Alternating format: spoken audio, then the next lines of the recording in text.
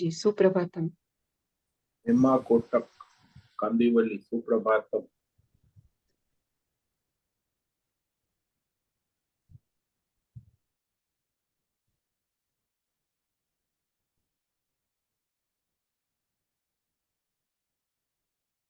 ओम नमो भगवते वासुदेवाय। ओम नमो भगवते वासुदेवाय। ओम नमो भगवते वासुदेवाय। ओम नमो भगवते वासुदेवाय। ओम नमो भगवते वासुदेवाय। ओम नमो भगवते वासुदेवाय। ओम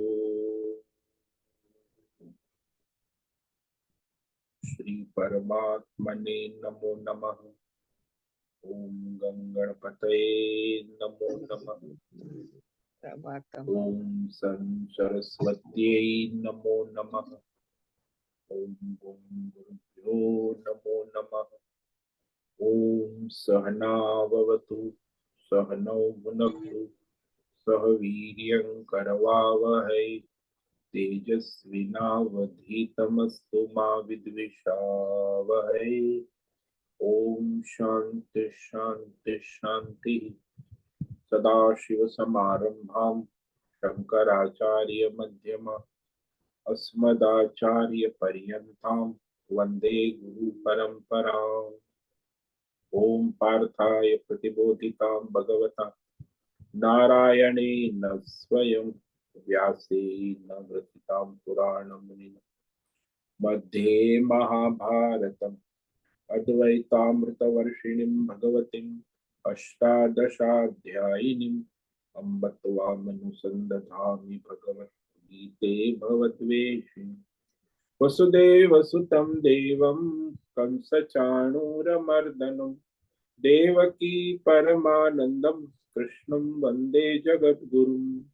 नमस्ते परमं ब्रह्म सच्चिदानन्दरूपाय निर्गुणाय नमस्तुभ्यम् ओंकाराय नमो नमः। सर्वे दुर्गाणि तरन्तु सर्वे भद्राणि पश्यन्तु सर्वे सद्बुद्धिमाप्नोतु सर्वे सर्वत्र नन्दतु। ओम तत्सत।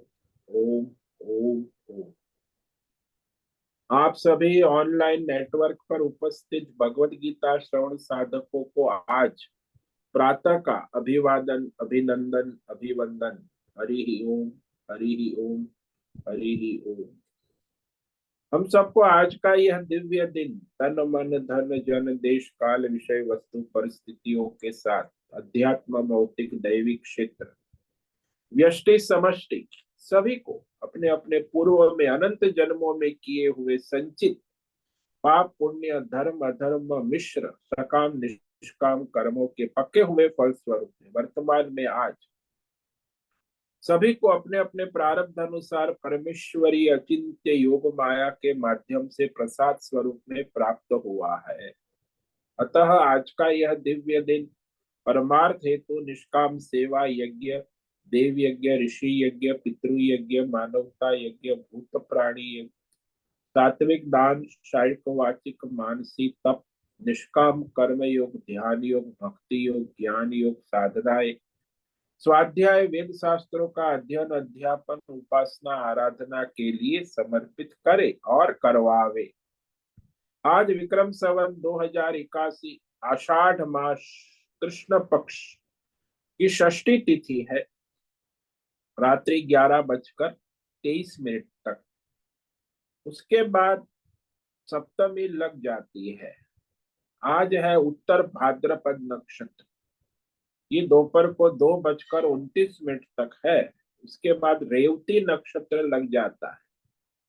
आज है शुक्रवार। देवी आराधना देवी उपासना का दिन है और यहाँ वर्षा ऋतु चल रही है। रात्रि का न्यूनतम तापमान 24 डिग्री रहा और दिन का अधिकतम तापमान 32 डिग्री रहा। वायु की गति 5-10 किलोमीटर प्रति घंटा चल रही है।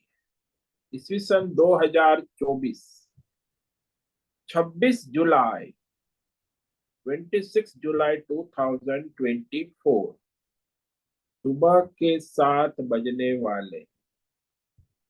कलयुग का प्रथम चरण 5250वां वर्ष, 7वां वैवस्वत मनवंतर, श्वेत वराह कल्प, ब्रह्मा जी का 26वां दिन और 51वां वर्ष चल रहा है।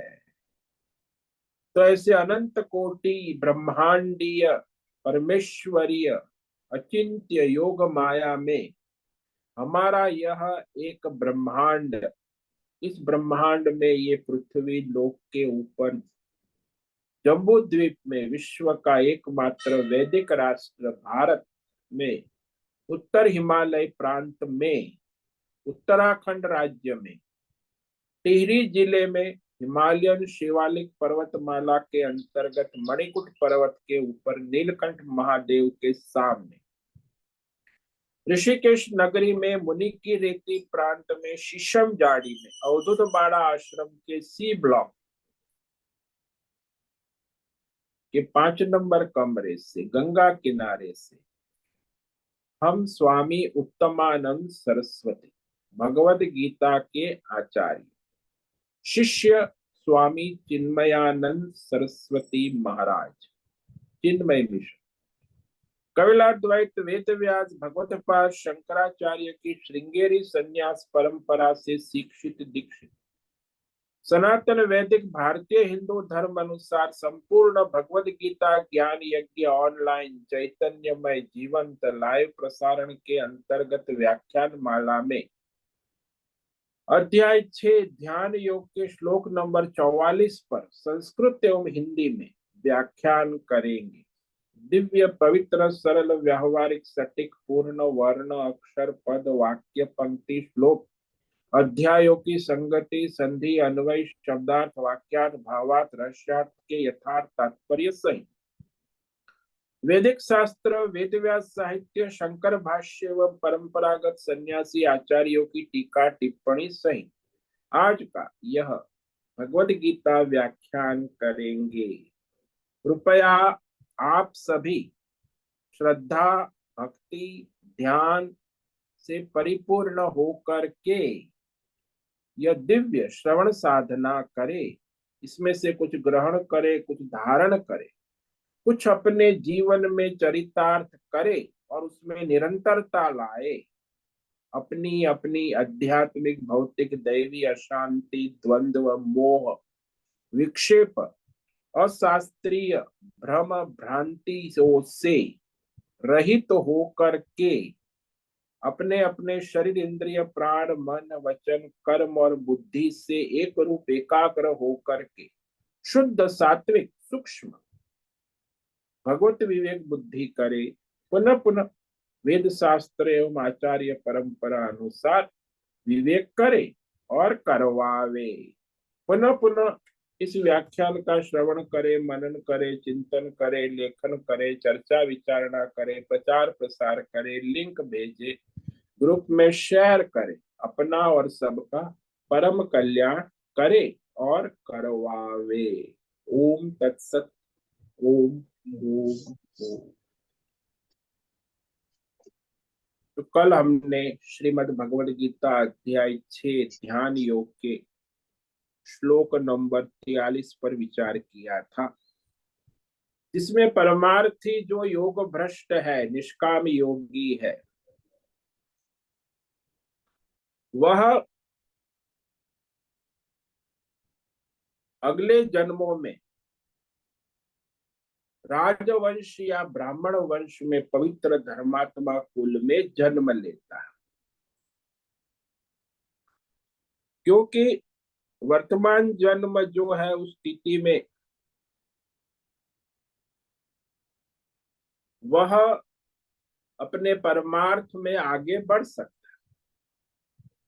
वही यहाँ भगवान ने कहा तत्र तम बुद्धि संयोगम लभते पौर्वदेहिकम यतते च ततो भूयः संसिद्धौ कुरु नंदन।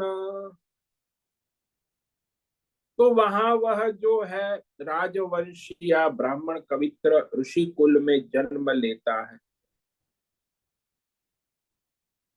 तो पूर्व जन्म में उसने योग साधना की है ना, निष्काम योग, कर्म योग, ध्यान योग, भक्ति योग, साधना। तो भगवान कहते हैं बुद्धि संयोगम, उसका संयोग वर्तमान जन्म में हो जाता है। तो संचित संस्कार है ना, वो संचित संस्कार जग जाते वर्तमान जन्म में। जो उसने साधना की है, सत्संग किया है, सात्विक शुद्ध कार्य किए हैं, योग साधनाएं की है, सत्संग ज्ञान विज्ञान जो भी है, तो वो सारे संस्कार उसके अंदर प्रतिष्ठित है पूर्व जन्म के। वह वर्तमान जन्म में फिर अनुसंयोग हो जाता है, यानी प्रकट होकर वो उसमें लग जाता है और वह उसे उसके प्रभाव से फिर आगे बढ़ता है योग साधना में। मानो कि कर्म योग करता था तो ध्यान योग में आगे बढ़ता है, ध्यान योग करता था तो भक्ति योग में, भक्ति योग करता था तो फिर वो ज्ञान योग में आगे बढ़ता है, मोक्ष की ओर आगे बढ़ता है। क्योंकि जो योग भ्रष्ट निष्काम योगी होता है उसकी भी ज्ञान योगी जो है उसकी 7 भूमिका बताई है शास्त्रों में। कि ज्ञान योगी की पहली भूमिका है शुभेच्छा, कि जिसमें उसे संपूर्ण विवेक, वैराग्य, संयम, नियम और मुमुक्षा, मोक्ष की प्रबल इच्छा उत्पन्न हो। ये उसकी पहली अवस्था है। उसके बाद वो विचारणा करता है, विचारणा दूसरी अवस्था ज्ञान योगी की, कि वहां वो उपनिषद, गीता, आत्मज्ञान, ब्रह्म विद्या, परमार्थ विद्या का श्रवण मनन करता है। उसके बाद तीसरी अवस्था होती है तनुमानसा, जिसमें वह निधिध्यासन, ध्यान, आत्मचिंतन में, श्रवण मनन से उपराम हो जाता है, आत्मचिंतन, निधिध्यासन, ध्यान में लग जाता है, परमात्मा के ध्यान। उसके बाद चौथी भूमिका होती है सत्वापत्ति, तो संसार से एकदम उपराम हो जाता, यानी संसार उसको मिथ्या, स्वप्नवत, ब्रह्म सत्य जगत मिथ्या, जीवो ब्रह्म ना परा, उसे मिथ्यात्व का साक्षात्कार होता, अनुभूति कि सब मिथ्या है, केवल परमात्मा ही सत्य है। ये उसकी चौथी भूमिका है। उसके बाद पांचवी भूमिका में वो सब जगह नारायण नारायण नारायण, सगुण परमात्मा के दर्शन कर, असंशक्ति, संसार में नारायण के सिवा कुछ उसे नहीं दिखता। उसके बाद छठी भूमिका होती है वो सब जगह निर्गुण निराकार परमेश्वर, सगुण को भी नहीं देखता, निर्गुण देखता है, तो निर्गुण निराकार परमात्मा में स्थित हो जाता है। वो छठी भूमिका है। वो सगुण निर्गुण दोनों को पार कर केवल साक्षी भाव में भगवतमय हो जाता है। वो उसकी अंतिम अवस्था है तूर्य अवस्था, जहां न सगुण है न निर्गुण है, वहां केवल साक्षी, सर्व साक्षी रूप में स्थित हो जाता है। तो इसमें भी योगी साधना करता है। ज्ञान योगी की, सन्यासी की भी ऐसा नहीं समझना कि सन्यासी का जब तक उसका मोक्ष निर्वाण पद नहीं होता तब तक सन्यासी का भी पुनर्जन्म होता है, क्योंकि वो योग भ्रष्ट है ना। इसीलिए कोई भी सन्यासी ऐसा ना समझे कि सन्यासी हो गया तो मोक्ष हो गया। उसका जब तक ज्ञान सिद्ध नहीं होता तब तक उसका मोक्ष संभव नहीं है। इसीलिए सन्यासी का भी पुनर्जन्म होता है। उसके पूर्व जन्म के संचित संस्कार के अनुसार आगे अपनी साधना करते। अब ये जो उसके जन्म है योग भ्रष्ट के, या तो पवित्र धर्मात्मा राजवंश, या पवित्र धर्मात्मा ब्राह्मण वंश ऋषि वंश ऋषि कुल में, तो वहां जन्म होते उसके पूर्व जन्म के संस्कार जागृत हो जाते और वह उस साधना में आकर्षित हो जाता है। वो अब कह रहे हैं भगवान आगे के श्लोक में कि वहां वह पूर्व जन्म के जो संचित संस्कार है उसका बुद्धि संयोग जो होता है, उसका बुद्धि संयोग हो जाने के बाद वो क्या करता है वर्तमान जन्म में जहां उसे अनुकूलता है योग साधन, ये बताते हैं भगवान। पूर्वाभ्यासेन तेनैव ह्रियते यवशोऽपि सः जिज्ञासुरपि योगस्य शब्द ब्रह्माति वर्तते। पूर्वाभ्यासेन तेनैव ह्रियते यवशोऽपि सः जिज्ञासुरपि योगस्य शब्द ब्रह्माति वर्तते। पूर्वाभ्यासेनैव ह्रियते ही अवश्य अपि सह जिज्ञासु अपि योगस्य शब्द ब्रह्म अति वर्तते। पूर्व जन्म में साधना की है योग साधना, तो उस पूर्व जन्म के संचित संस्कार है उससे वो विवश हो जाता, परवश हो जाता, अपने संचित संस्कार के वश, तो निष्काम मोक्ष के लिए प्रयत्न करने के लिए तत्पर हो जाता, बुद्धि संयोग से आकर्षित हो जाता, क्योंकि संचित संस्कार योग साधना के जागृत हो जाते वर्तमान जन्म में, और वह निष्काम योग के रास्ते कर्म योग ध्यान योग भक्ति योग ज्ञान योग के रास्ते चलने लगता। तो वहां वह परमार्थ में लगा हुआ है, उससे फिर ये सांसारिक कर्म कांड सकाम कर्म और उपासना देवी देवता की ये सब जो है वेदों में कहा उसे पार कर जाए, शब्द ब्रह्म अतिवर्तत। तो कर्म कांड सकाम कर्म और फिर उसके फल और स्वर्ग और नरक और पाप और पुण्य और देवी देवताओं की उपासना और देवलोक, ये सब को पार कर जाता है। यानी वेद शास्त्र के जो कर्म उपासना का क्षेत्र है उससे बाहर हो जाता, उपराम हो जाता, वो परमार्थ में मोक्ष में लग जाता है, उसका लक्ष्य परमार्थ हो जाता है। तो ये बहुत ही महत्व की बात है कि वह जहाँ जन्म लेता है वहां जन्म से ही उसे उस विषयों में योग साधना में आकर्षण हो जाता, इच्छा न रखने पर भी आसपास वाले रोकेंगे तो भी वो अपनी योग साधना में लग जाता है, कि उसे विशेष रूप से परमार्थ में आकर्षण उत्पन्न होता है बचपन से।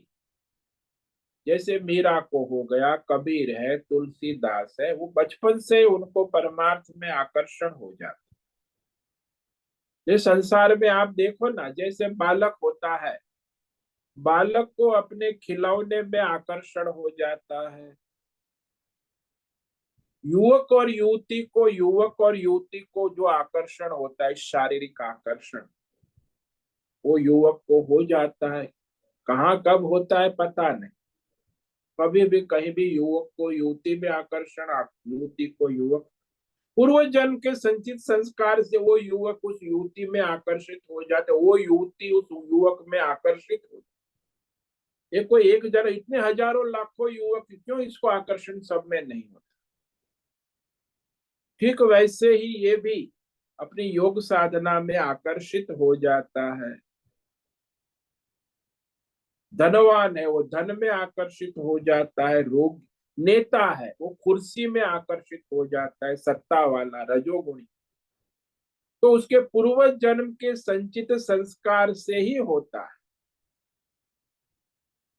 वर्तमान जन्म से केवल नहीं होता। पूर्वाभ्यास से न, ये हमारे सनातन धर्म में मुख्य धर्म और परमार्थ की साधना का आधार है। वो इस्लाम, मुस्लिम, बुलाए जैन में पूर्व जन्म है ही नहीं।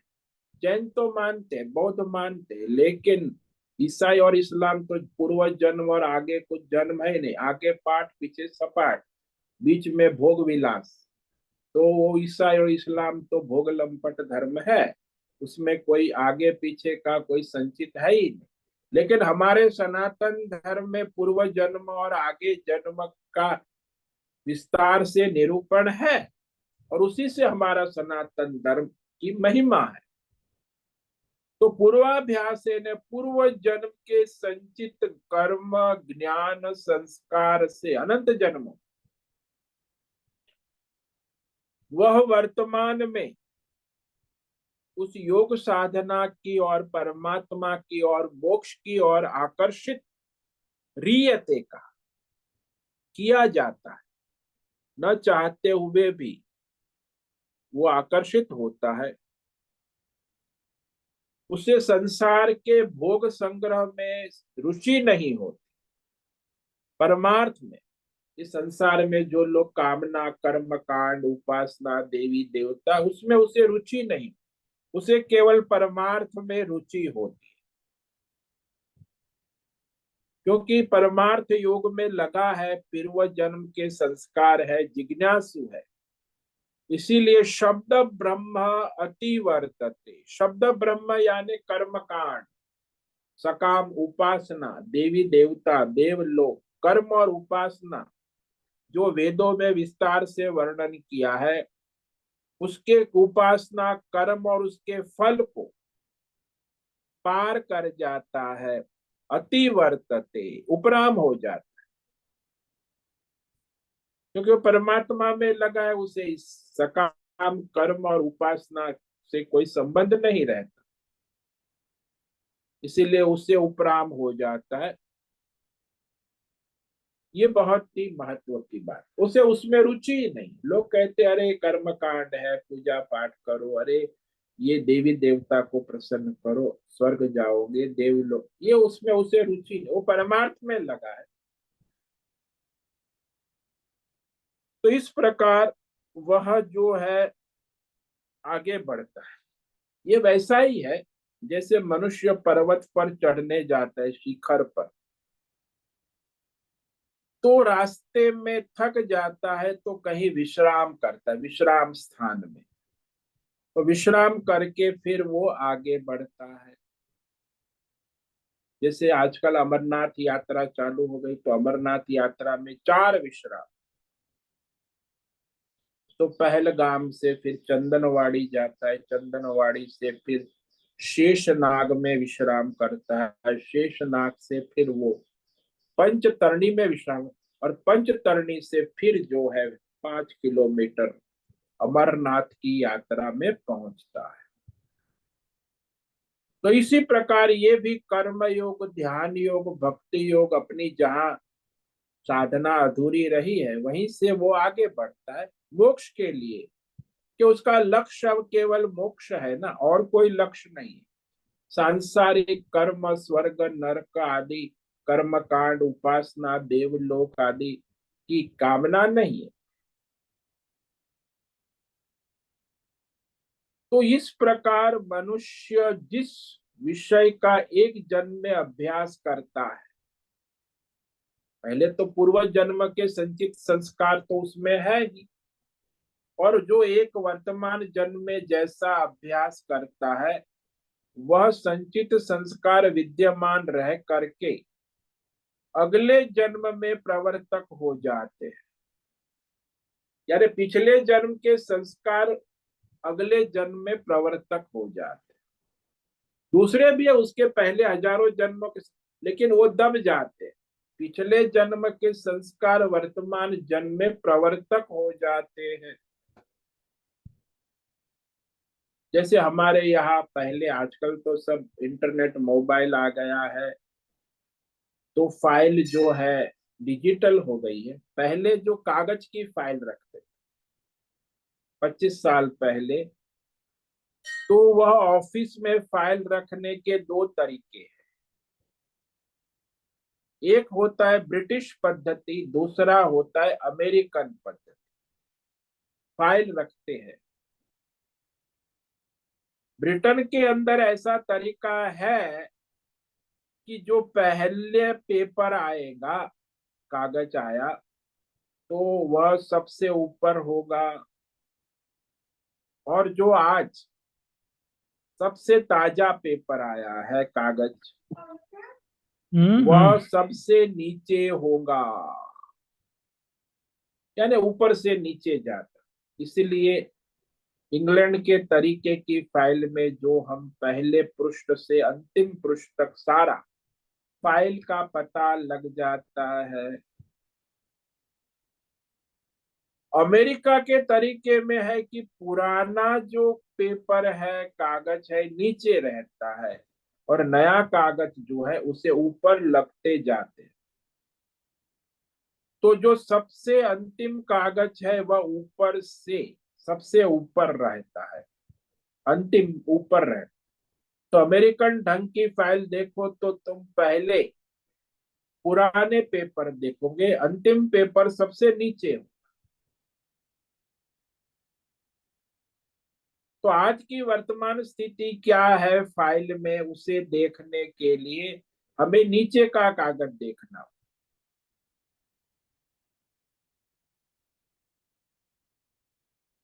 तो यहाँ भगवान जो है हमारे संचित फाइल, संस्कार, जन्मांत पूर्व जन्मों फाइल रखते हैं। भगवान भी सबकी फाइल रखते हैं, संचित पूर्व जन्मों की फाइल। तो वह अमेरिकन तरीके से रखते हैं। इसलिए हमारे जो पहले हजारों जन्मों के इकट्ठे हुए पूर्व संस्कार है, संचित कर्म संस्कार है, वे नष्ट नहीं हो, लेकिन नीचे दबे रहते। जबकि अभी वर्तमान जन्म पिछले 2-3 जन्म के संस्कार है, वो ऊपर आ जाते हैं। इस जन्म के पिछले 1-2 जन्म के संस्कार, तो वह जो है प्रभावी हो जाता है। जैसे दृष्टांत ले लो ना, कि हमारे यहाँ कोई हिंदी में पढ़ा हुआ विद्यार्थी अच्छी हिंदी बोलता है, और वो इंग्लैंड अंग्रेजी पढ़ने के लिए इंग्लैंड चला जाता है, लिटरेचर।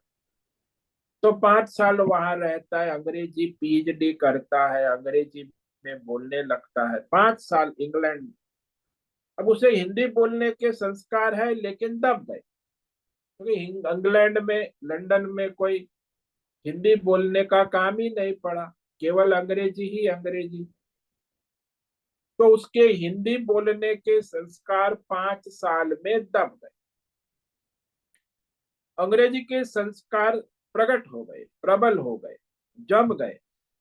हिंदी के संस्कार नष्ट नहीं हुए हैं, लेकिन नीचे दब गए।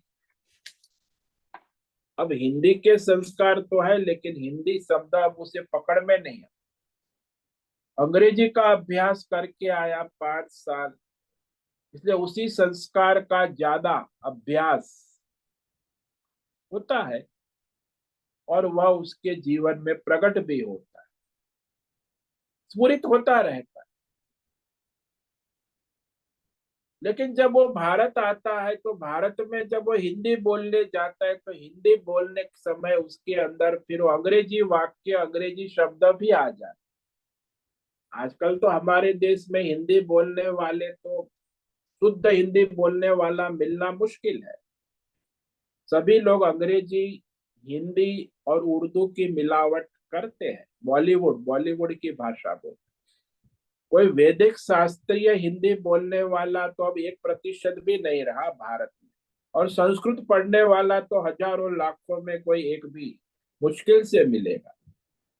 तो ये अंग्रेजीकरण और ये अंग्रेज और मोगलों का प्रभाव इतना हो गया ना कि भाषा के संस्कार बदल गए। अब ये जो योग भ्रष्ट है उसके पिछले 1 2 3 जन्म के संस्कार जो है ना वो प्रकट हो। तो ठीक पूर्व जन्म में उसने जो परमार्थ अभ्यास किया, योग साधना की, वह चाहे निष्काम कर्म योग हो, ध्यान योग हो, भक्ति योग हो या ज्ञान योग हो, वो अभ्यास उसका वर्तमान जन्म में प्रकट हो जाता। इसीलिए संचित संस्कार ऊपर प्रबल हो जाते हैं और वह कार्य करने लगते हैं। अब ये जो संचित संस्कार है वो वर्तमान जन्म में प्रवृत्त हुए, वो केवल वर्तमान जन्म के कारण नहीं, उसके पिछले 1 2 3 जन्म के संचित संस्कार के प्रभाव में वर्तमान जन्म में उसकी यो योग साधना प्रकट हो जाती, ऊपर आ जाती। तो उसमें प्रवृत्त किया जाता है, ये कहा भगवान ने कि वो ना चाहते हुए भी, दूसरे लोग भी आसपास उसके ना चाहते हुए भी वो उसी योग साधना में प्रवृत्त किया जाता है, दैव शक्ति परमार्थ के द्वारा। दूसरे संचित संस्कार तो अनंत जन्मों के हैं पर दबे हुए, ऊपर नहीं आ पाते। पूर्वाभ्यास से मतलब 10 जन्म पहले अभ्यास से नहीं, अभी पिछले 1 2 3 जन्मों का अभ्यास, पूर्व जन्म में पूर्व अभ्यास, वो बलवान होकर प्रकट हो जाते। रियते उधर उसे आकर्षण होता है, आकर्षित होकर उसकी ओर चला जाता। अवशो अपी का रियते, खींच कर उसे ले जाते। अवश्योपि न चाहते हुए भी वह उसके संस्कार उसे जबरदस्ती उस साधना की ओर ले जा रहे हैं। कभी उसकी अपनी तरफ से प्रयत्न न करने पर भी उधर की प्रवृत्ति हो जाती, वो नहीं चाहता है, मैं नहीं चाहता, फिर बस ध्यान लग जाता है, मैं नहीं चाहता हूँ। सब लोग कहते हैं भाई डॉक्टरी पढ़ो, ये करो, लेकिन वो उसका मन ध्यान में ही लगता है, परमार्थ में लगता है, ये इसमें लगता ही नहीं। आसपास वाले भी वो भी नहीं चाहता, फिर भी क्योंकि पूर्व जन्म के संचित संस्कार प्रबल है। अवशो अपी कहा, जबरदस्ती से ले जाया जा रहा, अपनी तरफ से प्रयत्न न करने पर भी उसकी उस परमार्थ योग, ध्यान योग, भक्ति योग में प्रवृत्ति हो जाती है। जैसे वो दृष्टांत दिया कि वो 5 साल इंग्लैंड में रहकर लिटरेचर पढ़ के आया, तो हिंदी बोलने पर, न चाहने पर भी बीच में अंग्रेजी वाक्य और शब्द प्रकट हो जाते हैं। वो चाहता है कि मैं हिंदी बोलूं, लेकिन हिंदी में फिर अंग्रेजी वाक्य, अंग्रेजी शब्द आ ही जाते, न चाहते हुए, क्योंकि वो संस्कार पड़े हैं ना। अवश्य कहा, उसे ख्याल ही नहीं रहता कि वो अंग्रेजी बोल रहा है, हिंदी बोल नहीं रहा, हिंदी में अंग्रेजी की मिलावट कर रहा है, वो भी उसे ख्याल नहीं, क्योंकि मैं हिंदी बोल रहा हूँ। अवश्य अवश्य, इसी को अवश्य कहते, परवश होना। इसी प्रकार वह जो निष्काम योगी है, पूर्व जन्म की जो योग साधना उसकी जहां भी कर्म योग में हो, ध्यान योग, भक्ति योग, ज्ञान योग, किसी भी अवस्था में योग भ्रष्ट है, तो वो वहां आगे साधना की ओर आकर्षित किया जाता। कभी ऐसा होता है कि कोई सांसारिक कारण या कोई प्रारब्ध के कारण वो संसार के भोग की तरफ खींचा चला जाता है। लेकिन होता क्या है कि उसका एकाध कदम लेते ही उसे अपने पूर्व संस्कार जागृत हो जाते हैं, तो उस सांसारिक आकर्षण से उपराम हो जाता है। ये होता है बार बार। कभी सांसारिक आकर्षण होता है तो उसके पूर्व योग संस्कार, परमार्थ साधना के संस्कार उसे वापस खींच लेते, वो उससे उपराम हो जाता है। तो ये जो निष्काम योगी है, योग भ्रष्ट की साधना में वो आगे बढ़ता है, ले जाया जाता है। उसको जहां जन्म हुआ, राजवंश में है या फिर ब्राह्मण वंश में ऋषि कुल में है, तो वहां भी वे उसके संचित संस्कार, पूर्व जन्मांतर में पूर्व अर्जित भी संस्कार है, वे उत्पन्न हो जाते हैं। इसीलिए वो अति तीव्र प्रगति कर पाता है, परमार्थ साधना में तेजी से आगे बढ़ता है, उसे कोई रोक नहीं सकता। उसके संचित संस्कार प्रबल है ना। अब यहाँ एक शंका होती है कि परमार्थ अभ्यास के संस्कार संचित से अगर उसके पाप पुण्य धर्म अधर्म उपासना के संस्कार बल वाले हो जाए और उसकी योग साधना के संस्कार कमजोर हो जाए, तब क्या हो? बोले योग भ्रष्ट है, इसीलिए कुछ योग अभ्यास की कमी है, तो उसके दूसरे जो है कर्म कांड, उपासना, धर्म अधर्म, पाप पुण्य के संस्कार भी उसमें है ही। तो क्या उसके परमार्थ संस्कार दब जाते हैं? इसका समाधान समझना चाहिए कि वह अभिभव यानी दबे संस्कार वह थोड़े समय दब भी जाते, प्राप्त होने, जैसे उस धर्म अधर्म के संस्कार, पाप पुण्य के संस्कार क्षय तो हो गए, योग संस्कार दब गए हैं, तो फिर वो जागृत हो जाते। धर्म अधर्म के संस्कार, परमार्थ योग के संस्कार कभी बलवान होते, कभी वो धर्म अधर्म उपासना के संस्कार बलवत, तो ऐसे होता है। लेकिन बाद में होता क्या है कि ऐसी परिस्थिति में हर हालत में उसके जो परमार्थ योग के संस्कार है वो बलवान हो जाते। ऐसा क्यों है? क्योंकि योगस्य जिज्ञासु शब्द ब्रह्माति वर्तते। कहा के परमार्थ ही है ना।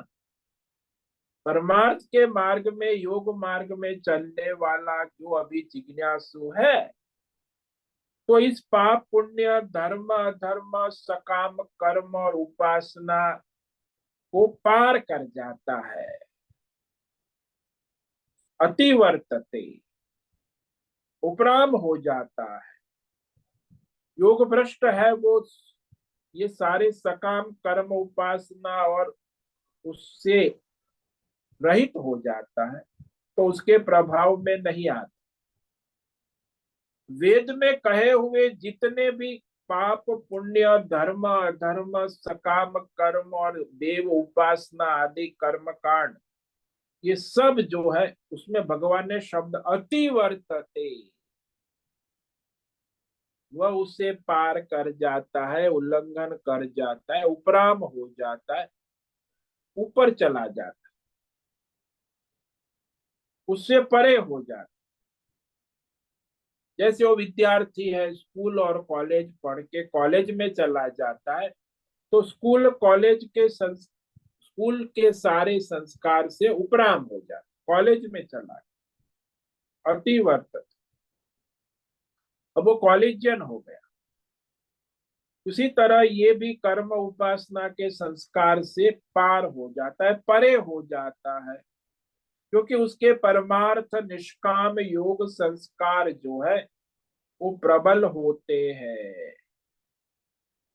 देखा जाता है कि जो परमार्थ मार्ग के अंदर जिज्ञासु होकर प्रवृत्त हो गया, वह कभी किसी संसारी विषय की कामना से प्रवृत्त होकर उस विषय की तरफ जाता जरूर है, लेकिन जाने के साथ थोड़ा थम जाता है, रुक जाता है, और फिर उसका विवेक जागृत हो जाता है। अरे अरे अरे, मैं इतनी झंझट करने की अपेक्षा ये कहाँ मैं चला गया, बेहतर है मैं परमार्थी हूँ, परमार्थ में लगूं। तो संसार की झंझट करने की अपेक्षा परमार्थ करने की बुद्धि उसकी जागृत हो जाती। ये सब आता है, जो सत्संगी होता है ना उसको इस बात का अनुभव होता है। जो लोग सत्संगी नहीं है उसे समझ में नहीं आएगा, लेकिन जो सत्संगी होता है वो जब भी संसार के विषय भोग पदार्थ तरफ आकर्षण होता है तो उसे विवेक जागृत होता है। वो सत्संगी है तो वो तुरंत वैराग्य भी उत्पन्न होता है, तो उससे वो उपराम हो जाता है। अरे मैं तो परमार्थ में लगा हूं, ये कहाँ इसमें चले जाए। तो उसकी परमार्थ की निष्ठा दृढ़ होने के कारण फिर वो सांसारिक वृत्ति और प्रवृत्तियों से उपराम हो जाता है, काबू में कर ले, विवेक आता है। संसार की प्रवृत्ति उसे आकर्षण करती है और ये सत्संग का विवेक उसे रोक लेता है। अरे ये कहाँ तू जा, अरे आज तो ये है, तो परमार्थ में लगा है, तो उसके अंदर वो बार बार झूठ बोलने का मन होता है। अरे तुम झूठ कहाँ बोलोगे, तुम तो परमार्थी हो, साधु हो।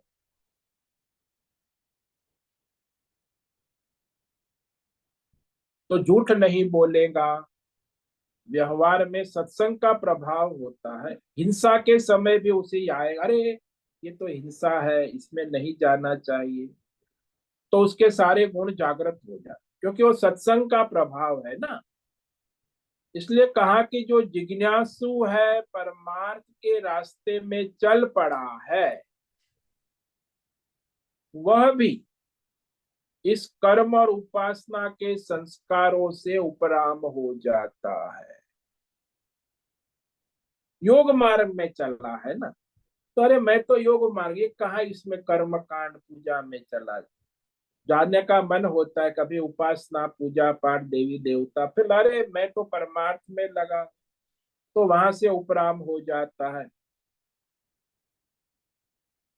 इसीलिए वह योग भ्रष्ट जो है, उसके पूर्व जन्म के संस्कार दृढ़ होने के कारण अति वर्तते।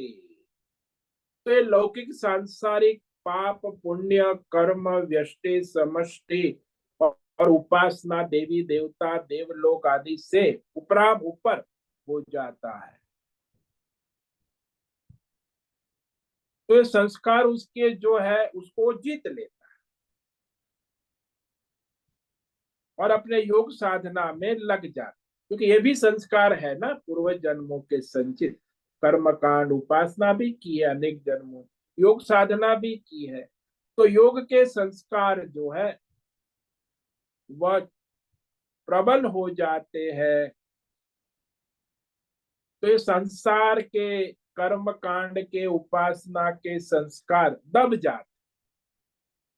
इसलिए योग साधना योगी जो है वो परमार्थ में आगे बढ़ता है। तो इस प्रकार भगवान ने अर्जुन के प्रश्न का मूलभूत उत्तर दे दिया। अर्जुन का संशय था कि जैसे टूटे हुए बादल हवा में नष्ट हो जाते, इसी प्रकार जिसने सकाम कर्म पाप पुण्य धर्म अधर्म उपासना छोड़ दी और निष्काम योग साधना में लग गया, तो वो निष्काम योगी परमार्थी क्या सर्वथा नष्ट हो जाता है? ये अर्जुन का प्रश्न। कि भाई उसने ये भी छोड़ दिया है, कर्म कांड उपासना ये सब, और परमार्थ में योग, और योग साधना में कर्म योग हो गया, ध्यान योग ठीक नहीं हो पा रहा और उसकी मृत्यु। तो फिर उसकी कर्म योग, ध्यान योग, साधना पिछले जन्मों की है, उसका आगे बढ़ेगा कि वो सब नष्ट हो जाए, फिर से उसे करना पड़े? बोले उसे फिर से नहीं करना पड़ेगा। कर्म योगी है, ध्यान योग में लगा है, तो अगले जन्म में भक्ति योग में आगे बढ़ेगा। भक्ति योगी है तो अगले जन्म में ज्ञान योग में आगे बढ़ेगा। यानी उसकी परमार्थ से दुर्गति नहीं हो सकती। नहीं कल्याण कृत कश्चित दुर्गतिम तात गच्छति। क्योंकि वो योगी है, परमार्थी। भगवान ने जवाब दे दिया स्पष्ट। तो इस तरह परमार्थ वाले कोई भी योगी है, उसकी कभी दुर्गति नहीं होती, क्योंकि वो परमार्थ में चल पड़ा है और उसने सारे सांसारिक सकाम, पाप, पुण्य, धर्म, अधर्म और उपासना, देवी देवता सबको छोड़ चुका है।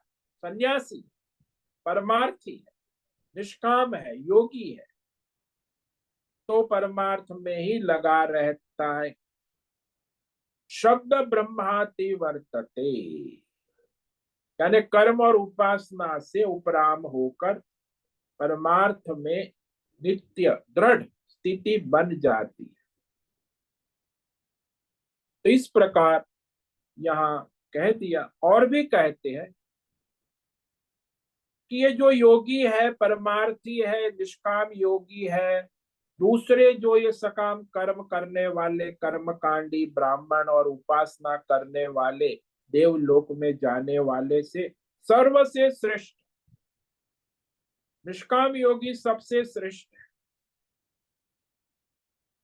उसकी श्रेष्ठता भगवान स्वयं कहते हैं कि जितने भी संसार में जो धर्मात्मा है उससे भी श्रेष्ठ है, उपासक है देवी देवताओं उससे भी श्रेष्ठ है, क्योंकि वो परमार्थी है ना।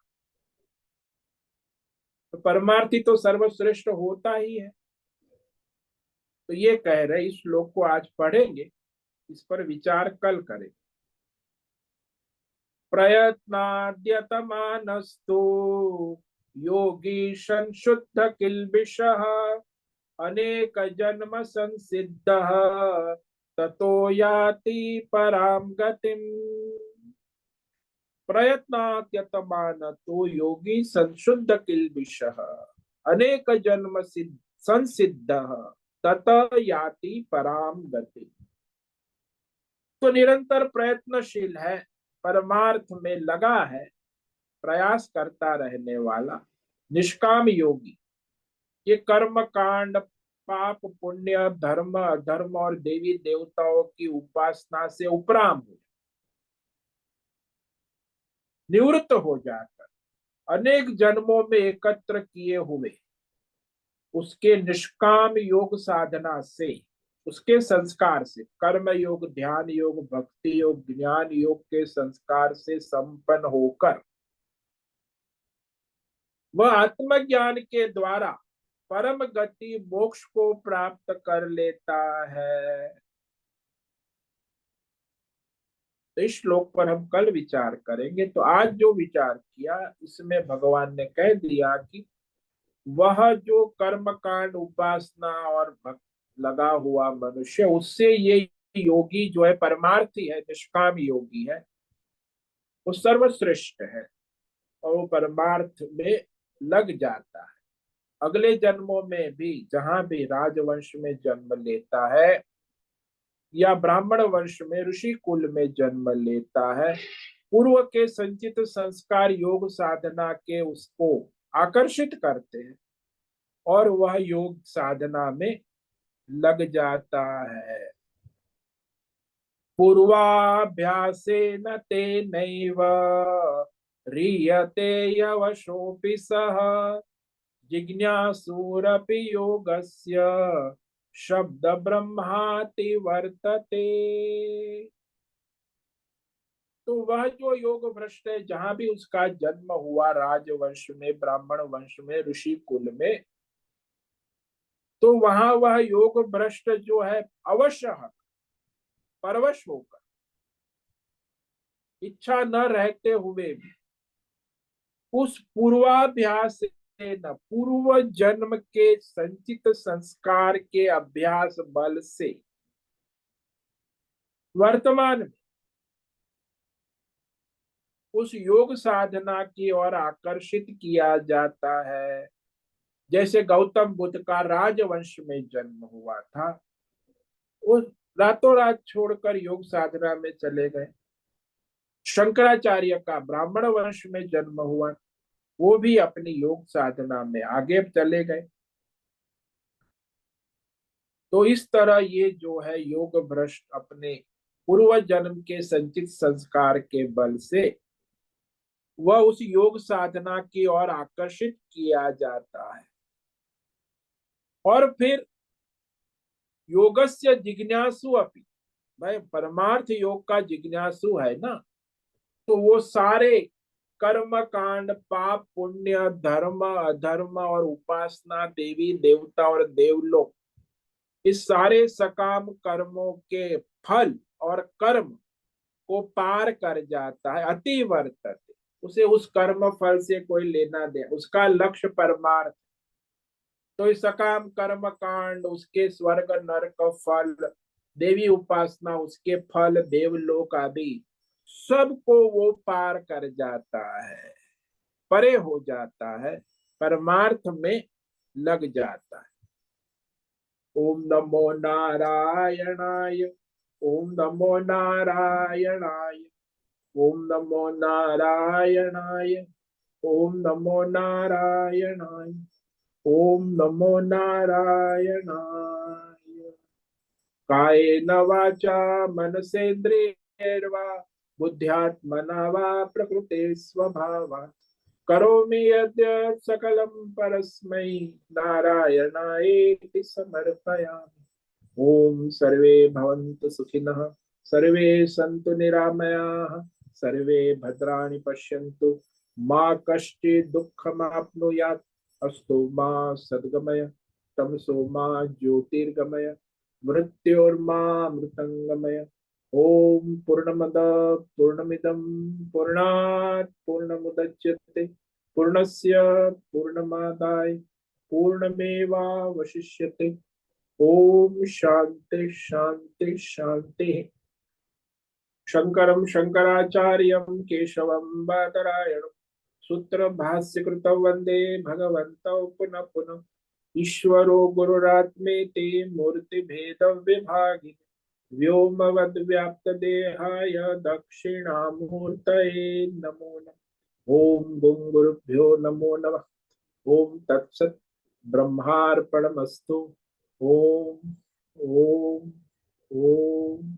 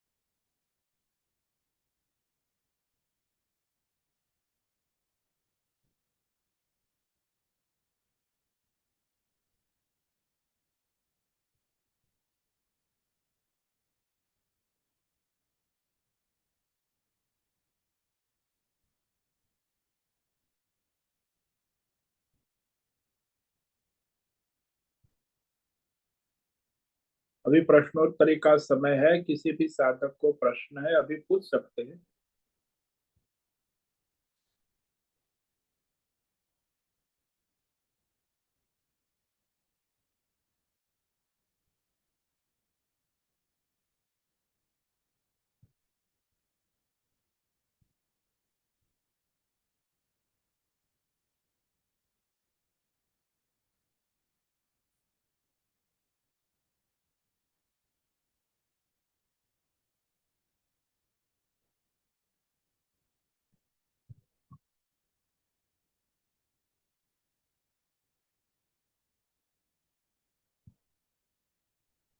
नमो नमः गुरुदेव। हाँ बोलो नैना बेट।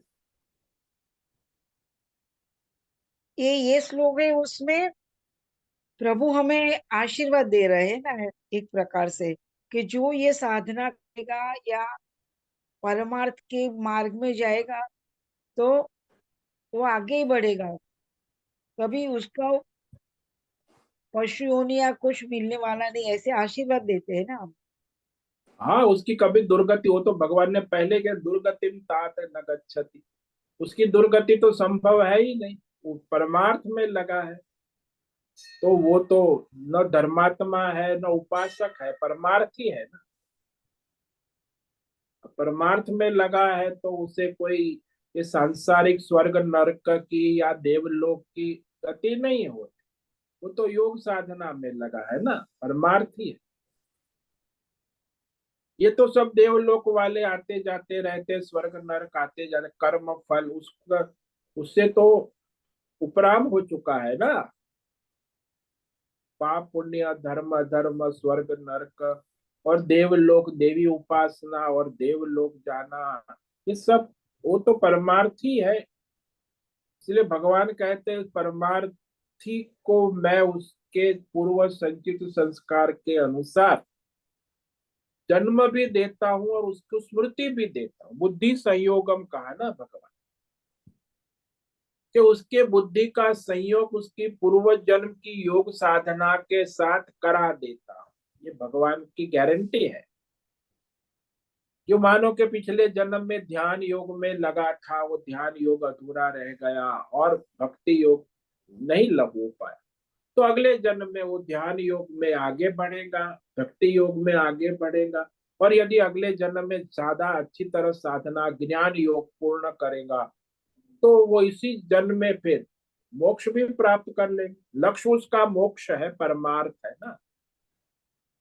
अब उसका ये सांसारिक लक्ष्य नहीं है, स्वर्ग नरक पाप पुण्य धर्म अधर्म और उपासना और देवी देवता देवलोक, ये सब उसका लक्ष्य नहीं है ना। उसका लक्ष्य परमार्थ है, मोक्ष है। इसीलिए परमार्थी है तो उसका भगवान विशेष ध्यान रखते हैं, उसके परमार्थ में अनुकूल हो जाते सब। भगवान प्रकृति समाज संसार विश्व सब परमार्थ में उसे सहायक हो जाते, प्रकृति भी सहायक हो जाती, संसार के लोग भी सहायक हो जाते, और कोई उसके प्रतिकूल सब जीव उनको अनुकूल हो जाए। भगवान की ये है ना शक्ति। इसलिए योग साधना में आप लगे हो तो सब आपको अनुकूल कर देते हैं, प्रतिकूलताएं भगवान सारी दूर कर देते। भाई योगी है, परमार्थी है, जो गारंटी देते हैं भगवान की। उसका अर्जुन को यही प्रश्न था ना, पिछले प्रश्न में यही को, क्या वो टूटे बादल की तरह हवा में नष्ट हो जाता है क्योंकि योग साधना अधूरी रह गई? फिर वहां तो कर्म उपासना है नहीं, पाप तो स्वर्ग नरक में नहीं जाएगा, उपासना नहीं है तो देवलोक में नहीं, तो कहाँ जाएगा? उपासक तो देवलोक में जाता है, कर्मकांडी है, पाप पुण्य स्वर्ग नरक में जाएगा, तो ये तो कहाँ जाए? परमार्थ में योग साधना योगी है, कर्म योगी है, ध्यान योग में लग, तो फिर उसकी क्या गति हो, क्योंकि योग पूरा नहीं हुआ और परमार्थ ब्रह्मनिष्ठा प्राप्त नहीं कर पाया, इसीलिए योग भ्रष्ट होता है ना। तो वो योग भ्रष्ट कभी नष्ट नहीं होता। जवाब दिया। कोई भी परमार्थ करने वाला है उसकी परमार्थ से दुर्गति नहीं हो सकती।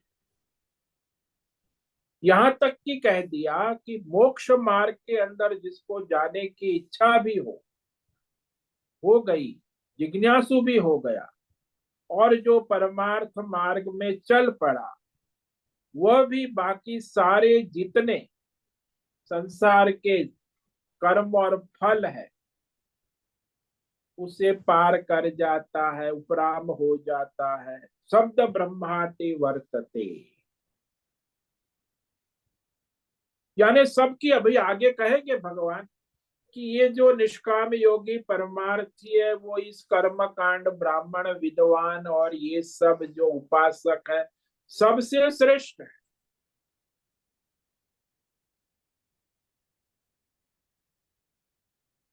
तो वो तपस्वियों से भी श्रेष्ठ है, वो ज्ञानी जो कर्मकांडी है पंडित है उससे, उपासक है उससे भी श्रेष्ठ है, और सबसे श्रेष्ठ है परमार्थ में लगा है, निष्काम योगी है। और अर्जुन को भगवान प्रेरणा देते कि तुम भी अर्जुन अभी तत्काल निष्काम योगी बन जाओ, परमार्थी बन जाओ, अपने कर्म ईश्वर को समर्पित करो, तुम्हारा कल्याण निश्चित है।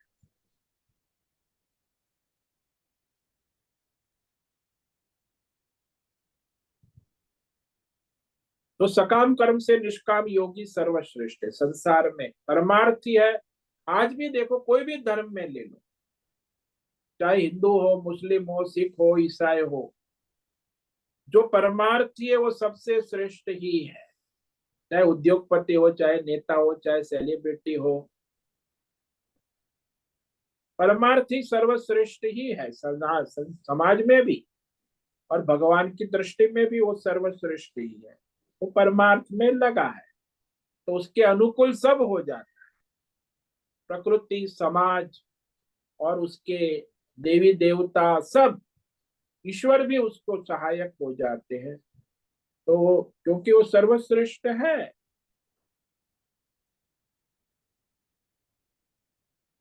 जैसे यहाँ वीवीआईपी कल्चर होता है ना, तो वीवीआईपी तो श्रेष्ठ है तो उसे सब सहायक हो जाते हैं,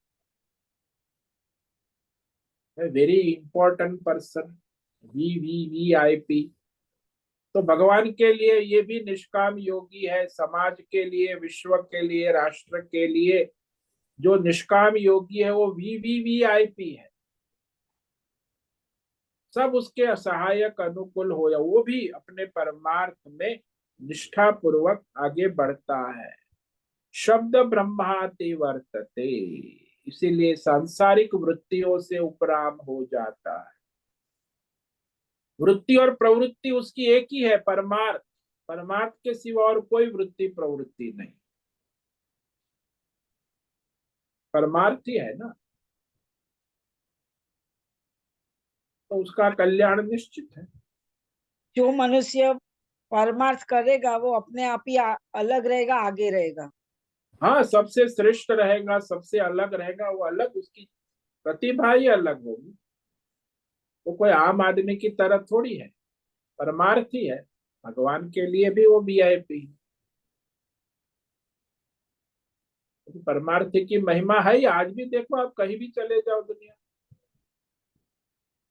किसी भी धर्म में देखो, जो परमार्थी है उसका विशेष महिमा है और रहेगी।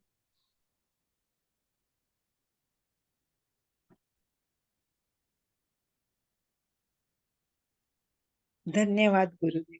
ओम नमो नारायण। ओम नमो नारायणाय। ठीक है, आज का समय पूरा हो गया है।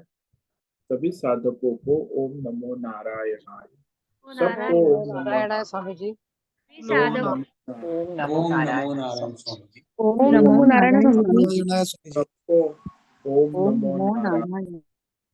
बहुत से निवेदन है, आज का सत्संग पूर्ण करें। ओम नमो नारायण। आज का ये दिव्य सत्संग हम यही पूर्ण करते हैं। सभी साधकों को ओम नमो नारायणाय।